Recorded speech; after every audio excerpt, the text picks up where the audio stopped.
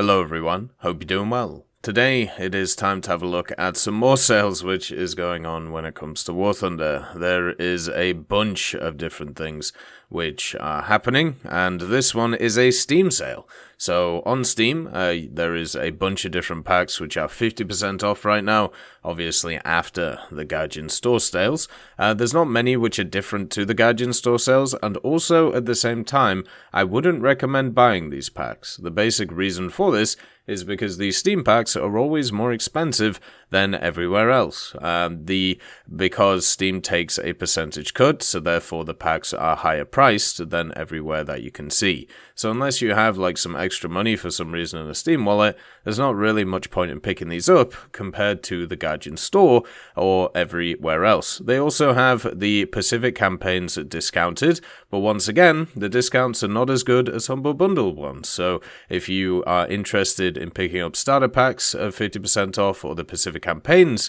50% off, which they are not on Steam, I will leave links in a pinned comment so you can go pick them up from Humble Bundle. So we'll go through each of these vehicles as we go along, and we'll go through their perks and their good stuff, but just understand it's much better to pick these up on Christmas sales or on the Gaijin Store sales. There's also a few additional pieces of information when it comes to the Steam stuff. The first thing is they are removing 4 packs from the Steam directory for War Thunder. The Leopard pack, the Lightning F53 pack, the Challenger DS pack, and also the Dassault Milan pack. Now, you can still get these on the Gaijin Store, so it isn't really a huge issue, but if you prefer to buy stuff through Steam for some reason, then they won't be there. The other thing as well is they are asking people to vote in the Steam Awards. They're specifically asking people to vote for War Thunder for the Labor of Love award, which is basically a ongoing game award. And I think, to be honest, since obviously many of us enjoy War Thunder and have done for many years, I don't think it's a huge issue to actually vote for them. I personally voted for them. Obviously, I put a lot of time into War Thunder. I enjoy it quite a lot, so why not, get involved with it as always. So if you want to vote for them, make sure to do so, and I understand why people wouldn't as well. Anyway, let's get into the vehicles.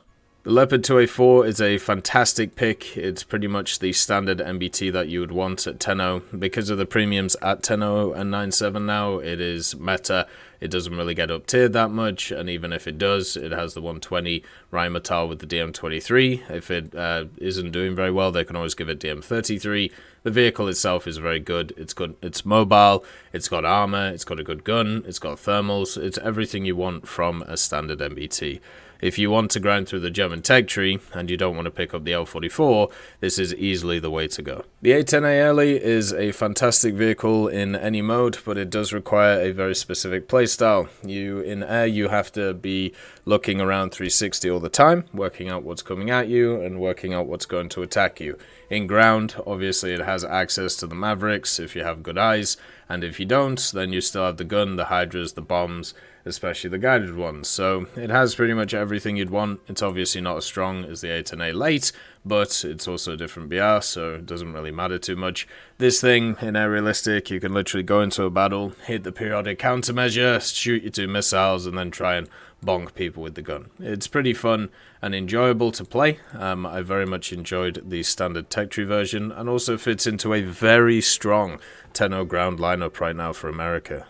The KA-50 is fantastically strong. It's always going to be meta or thereabouts when it comes to the Soviet tech tree. You can run it with 3 separate lineups, which are all really strong for ground, and it will mean that you can grind out the best helis in the game in the form of the Mi-28NM and also the KA-52. One of the things to also note about this thing is the Black Friday pack is also on sale on Steam, so if you're thinking about picking this thing up, it might be worth picking up that pack instead because it's $20 more and you get 3 other premiums as well. The TURMS is a vehicle that gets a lot of praise because it has Gen 2 thermals, and it also has the 3BM42 shell at 9.7, which is a really good combo. For me personally though, when it comes to this BR, it's still a T-72A, and the T-72A has a few issues, especially against 10-0s and 10-3s. The main one is the fact that the targeting speed on the gun is very slow, and the armor on it doesn't always stand up to scrutiny. A lot of people could just shoot through the upper glacis of this thing, or even shoot through the turret. But if you use this as a sniper, or if you use this in a more passive role, it can do really well for you. But just understand, against a lot of NATO machines, they're going to be able to move faster than you, and then also get out of dodge compared to you, because you can't reverse, and be able to get their guns on you quicker as well.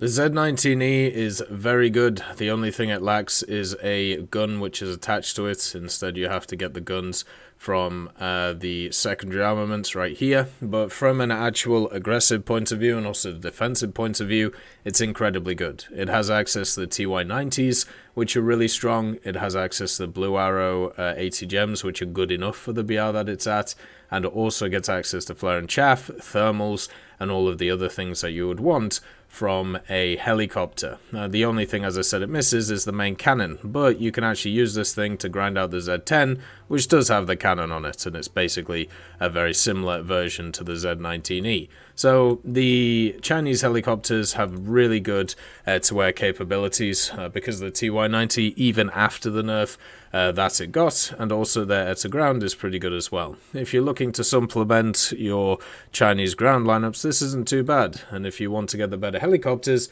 this is perfect for PvE as well. Good in most situations.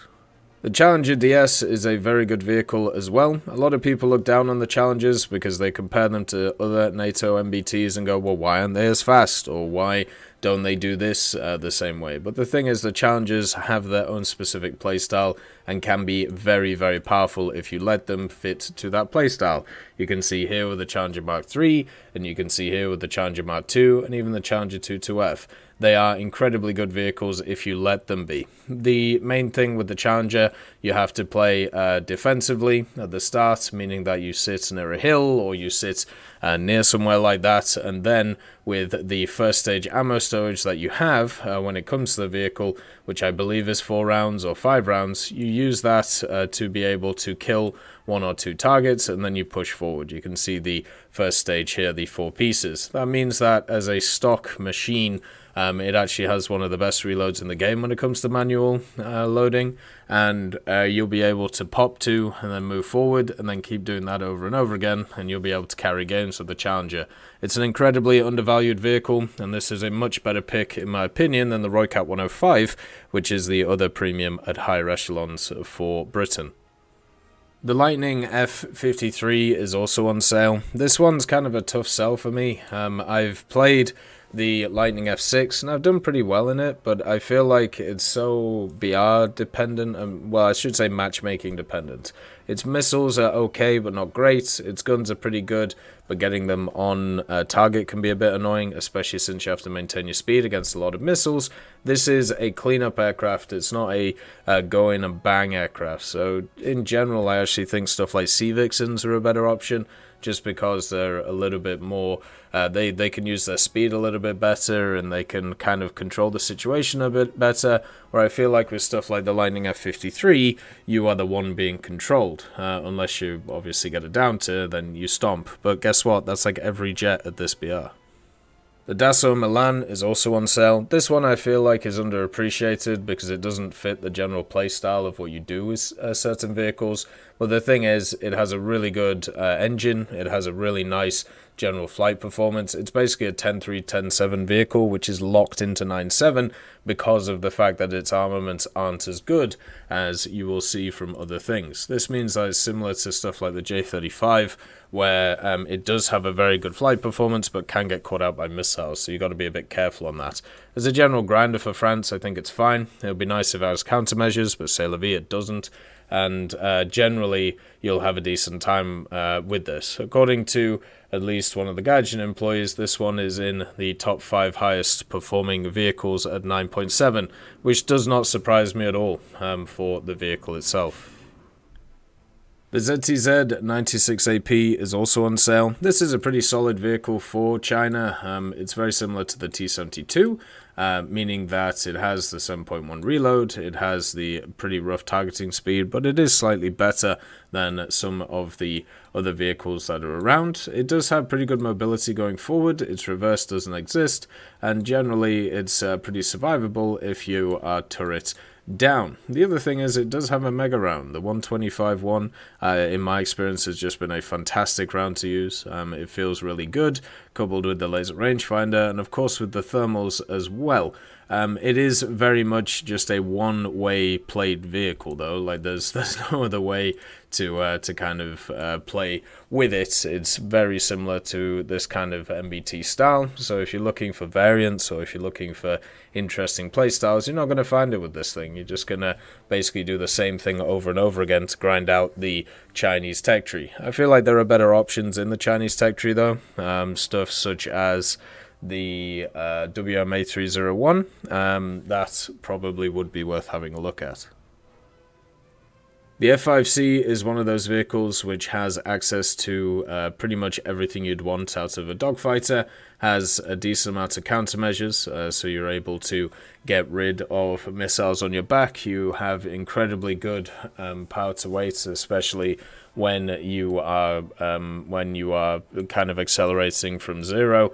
It's one of those which has some pretty nice guns in the form of the 20s. The only thing that lets this thing down is only having two AIM-9Es, and also kind of being useless in ground unless you get pretty close to the action. So this thing is very much an aerialistic air arcade dominator. 10.3 is still a very good BR right now, even with all the BR changes around it. And since it has access to countermeasures, since it has access to pretty powerful engines, once you're on an enemy, it's hard to get this thing off, and it will just kill you in the end. Also, America is the best tech tree at the moment when it comes to aviation, and I don't see that changing anytime soon. The MiG-21 SPSK is also one of those vehicles which is pretty good around this BR. It does have some interesting trade-offs, though. Basically, you can either bring countermeasures or a gun. I feel like bringing countermeasures is the way to go, so basically making this into a Yak-38 with actual maneuverability. But if you feel confident in your setup, you can obviously just use the 23mm. The R-60s are some of the most powerful, if not the most powerful missiles of this BR. The only thing that's better than them is the Magics, which are on specific vehicles, and the countermeasures will keep you alive against pretty much anything. And at the end of the day, you are a MiG-21, so you have a pretty powerful engine, and also can get yourself into areas and out of areas pretty quickly. I would say the big issue with this one is kind of the same as the F, where it has pretty limited weaponry, but two R60s as limited weaponry is not too bad. It's also just an air superiority thing, not very useful in any place else. The A5C is also around. This is incredibly powerful, similar to the SPS though, when it comes to its weapons, so it's just a missile machine and then nothing really else. It does get two of the best missiles at this BR though, the Magics, which are insanely good if you've ever used them. If you ever attack something without countermeasures, it'll just die. It's pretty much as simple as that. But the A5C as a platform, I mean, it's fast, but it's not very maneuverable. It flies like a truck. It has very bad guns on it, easily the worst guns at this BR. But if you just use it as a way to, as a missile platform, it doesn't do too bad. It did also get a buff recently because they added CCIP to it for its bombs. So that means that in ground forces, it'll be a bit more useful with its 250s that it can bring along with the missiles. So that'll be quite nice for it. If you want something to grind through the Chinese tree, there isn't anything better than this. This will always work well for you, but I'd say grinding through the Chinese tree isn't that bad.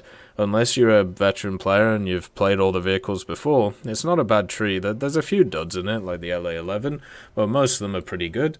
So I would just kind of grind through and have a bit of fun with it.